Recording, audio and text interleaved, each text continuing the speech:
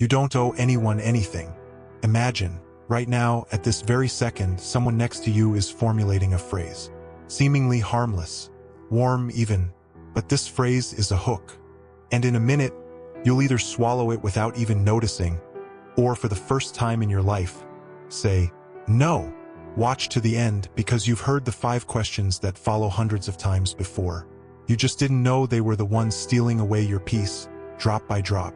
Every day we are inundated with a flood of words, requests, appeals, cries for support. But a Stoic doesn't live on the surface of this flood. They learn to look deeper, to where, behind the usual phrases, lies pressure, manipulation, an attempt to invade their inner world without permission. True maturity doesn't lie in responding to every call. It lies in the ability to discern what truly requires your participation and what merely leads you away from the path destined for your soul. Stoic philosophy puts it bluntly, your soul is your fortress, and inner peace is the most precious currency you possess. Anything that encroaches on this peace should be met not with panic or irritation, but with calm silence and a firm, unbending boundary. Before we go any further, if you're relatable to these thoughts, if you want to learn how to protect your peace the way the Stoics did, subscribe to the channel right now. Here, I break down every manipulation life throws at us, brick by brick, so you can recognize them faster than they can take root. Sometimes kind words hide an invisible contract. You owe me. You have to be there. You have no right to refuse. And once you accept these conditions, you, without even noticing, begin to live someone else's life. Not all demands sound like commands. Some put on a mask of gentleness, but it is precisely with them that the quiet disintegration of personality begins, as you repeatedly put yourself aside for the needs of others. This is not sacrifice. It is a slow drain of life force. Today, I want you to learn to hear these signals before they reach your heart, because each one is a warning. And if you recognize it in time, you can save what matters most, yourself. First hook. Will you help me solve my problem? Sounds simple, almost innocent. Someone approaches you, and as a person of goodwill, you're immediately moved to help. But a Stoic doesn't operate on autopilot. They pause for a second, look deeper, and ask themselves, whose problem is this exactly? Do I see before me a person striving for independence, or simply someone accustomed to shifting their burdens onto others' shoulders? Every person's life is their own personal domain of responsibility. The ancients knew, helping doesn't mean interfering always and in everything. True help is only possible when a person is willing to take on the work of change. Otherwise, you become not a helper, but a crutch, without which they no longer even try to get back on their feet. Acting out of guilt or fear of others' judgment, you condemn yourself to endlessly violating your own boundaries. Yet your peace is no less valuable than someone else's discomfort. A Stoic isn't afraid to say no if he feels he's being exploited. He knows that a soft word can become the beginning of addiction if it's not based on sober calculation. How many times have you rushed to help, even though your insides were clenching? How many times have you solved other people's problems at the cost of your own plans, affairs, and health? And how many times afterward have you caught yourself feeling like you were being perceived not as a person, but as a function? Someone who truly respects you doesn't ask you to sacrifice yourself. They seek support, but don't demand salvation. And someone who turns you into a crutch will return again and again until you collapse. Stoic wisdom whispers, don't rush to lend a shoulder. Make sure you're not substituting for the path a person must walk on their own. Help when it comes from abundance, not from a sense of duty.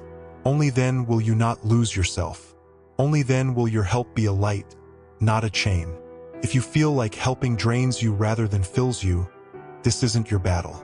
Stop, take a breath, come back to yourself. You don't have to decide someone else's fate. You have to be the master of your own. Second hook, can you lend me some money? But more often than not, those who shift their burdens onto us don't stop at one request. Once you agree to help, they take the next step. Now it's not about effort, but about resources. And the next question usually sounds even simpler than the last. But behind this ease lies much more. Can I borrow some money?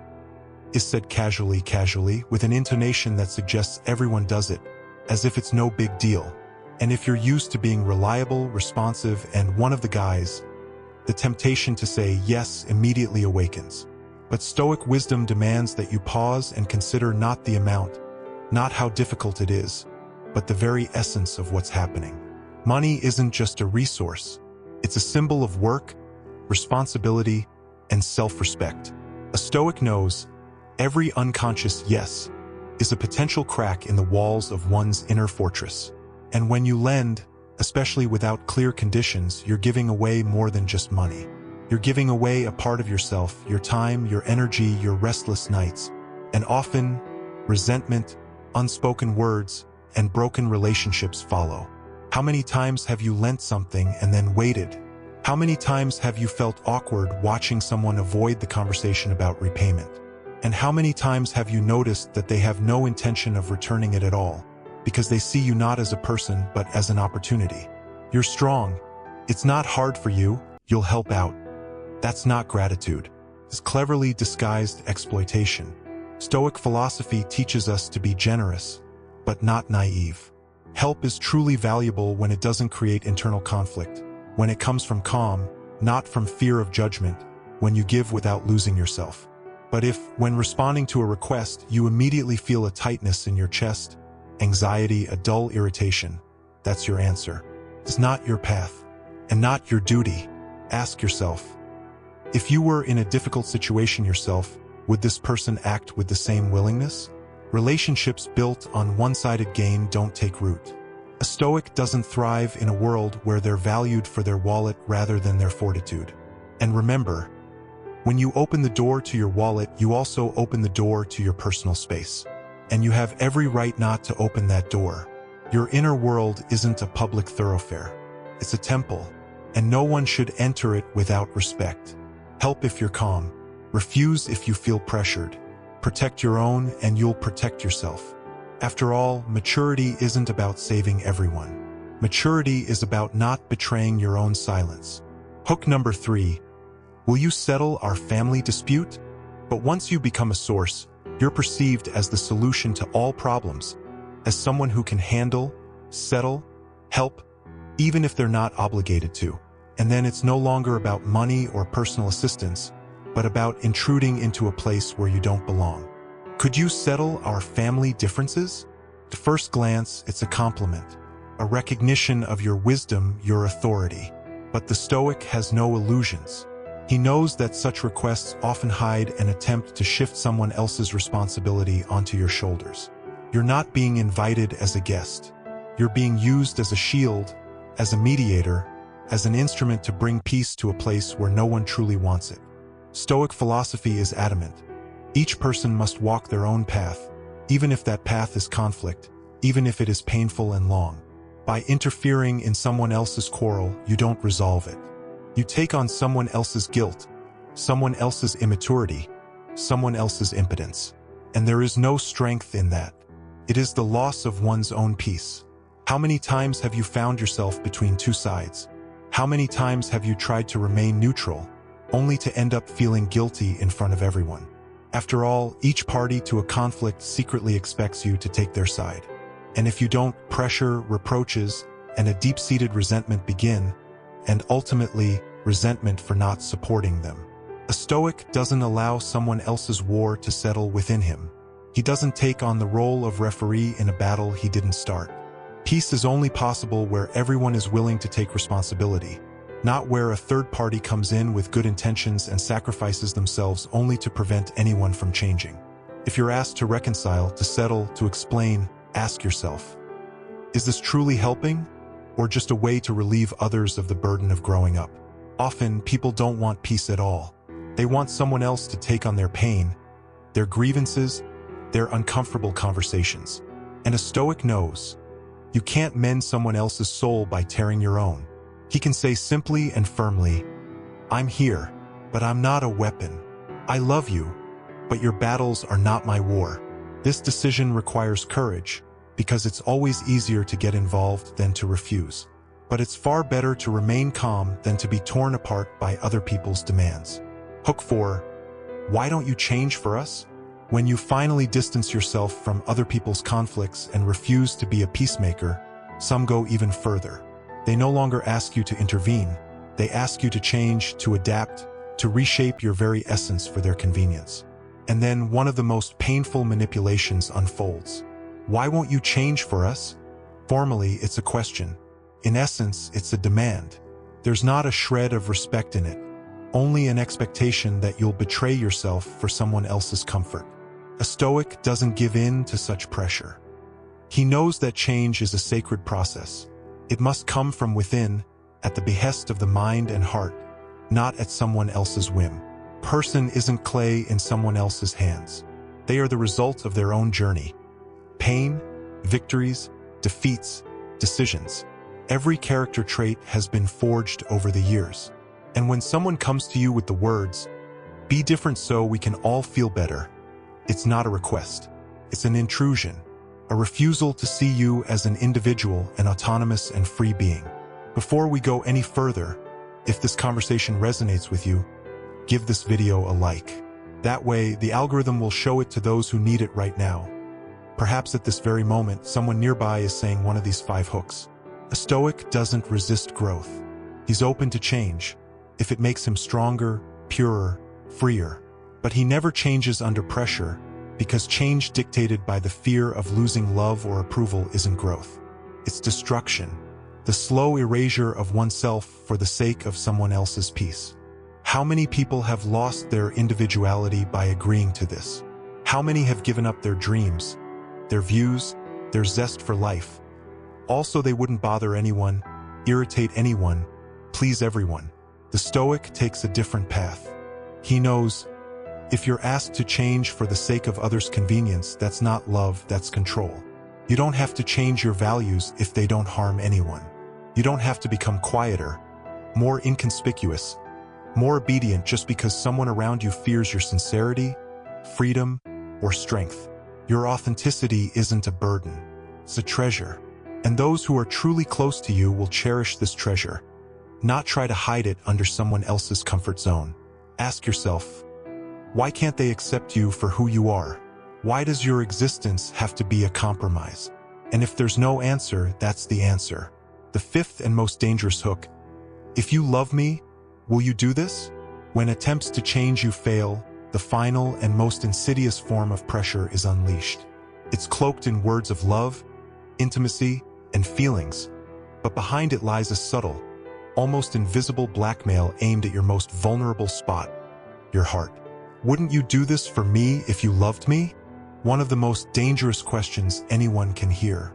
It envelopes you in softness, sounds almost touching, and that's precisely why it's so destructive.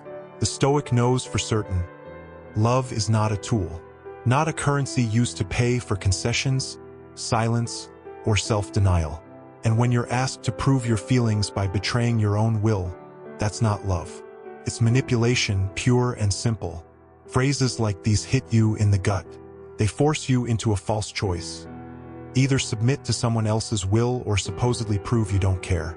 But this is a false dilemma, a trap for someone who hasn't yet learned to distinguish genuine intimacy from emotional pressure. The Stoic takes a step back and asks himself, why should my love be measured by pain? Why must I go against my conscience and my peace of mind just to keep someone who makes my soul unfree? True love is always inextricably linked with freedom. It respects boundaries. It never demands humiliation, destruction, or the renunciation of oneself. Someone who truly loves will not destroy you to assert their power. Someone who is truly there accepts you unconditionally. How many times have you done something for love, only to feel empty inside? How many times have you said yes when your heart screamed no? A Stoic isn't afraid of losing those who don't accept him completely. He knows that preserving himself is more important than maintaining the illusion of closeness. He refuses silent reproaches and ultimatums like, if you love, you must. Because true feeling never speaks the language of threats. It speaks the language of freedom. You have the right to live your own life without proving anything to anyone. You have the right to disagree, not to sacrifice, not to suffer for someone else's whim. And if someone leaves simply because you didn't comply, it's not a loss. It's liberation. Saying no to such a question isn't cruel. It's strength. It's maturity. It's self-respect. The ending, silence as a fortress. Each of these 5 questions is a delicate thread woven into the fabric of your life. If you don't notice it in time, it will begin to tighten, depriving you of air, freedom, and clarity of thought. But Stoic wisdom speaks without compromise. You don't have to be everything to everyone. You weren't created to please, sacrifice yourself, or endlessly prove your worth. You were created to live with dignity, peace, and freedom, in harmony with your own nature. Not every voice deserves an answer. Not every question requires your participation. Not every please must turn into your yes. Sometimes strength lies not in action, but in refusal. Not in concession, but in a quiet step back. Not in proof of love, but in self-respect. You owe no one anything except honesty with yourself. And if someone demands more, you have every right to walk away. Without shouting, without guilt, without fear, just with a straight back and a pure heart. If this conversation resonated with you, share it in the comments. Which of these 5 questions have you heard, and how did you answer them? Your story could be a source of encouragement for someone else. And if you want to continue learning to hear these signals before they reach your heart, subscribe to the channel and turn on the bell so you don't miss the next video, because each one is another step toward inner freedom.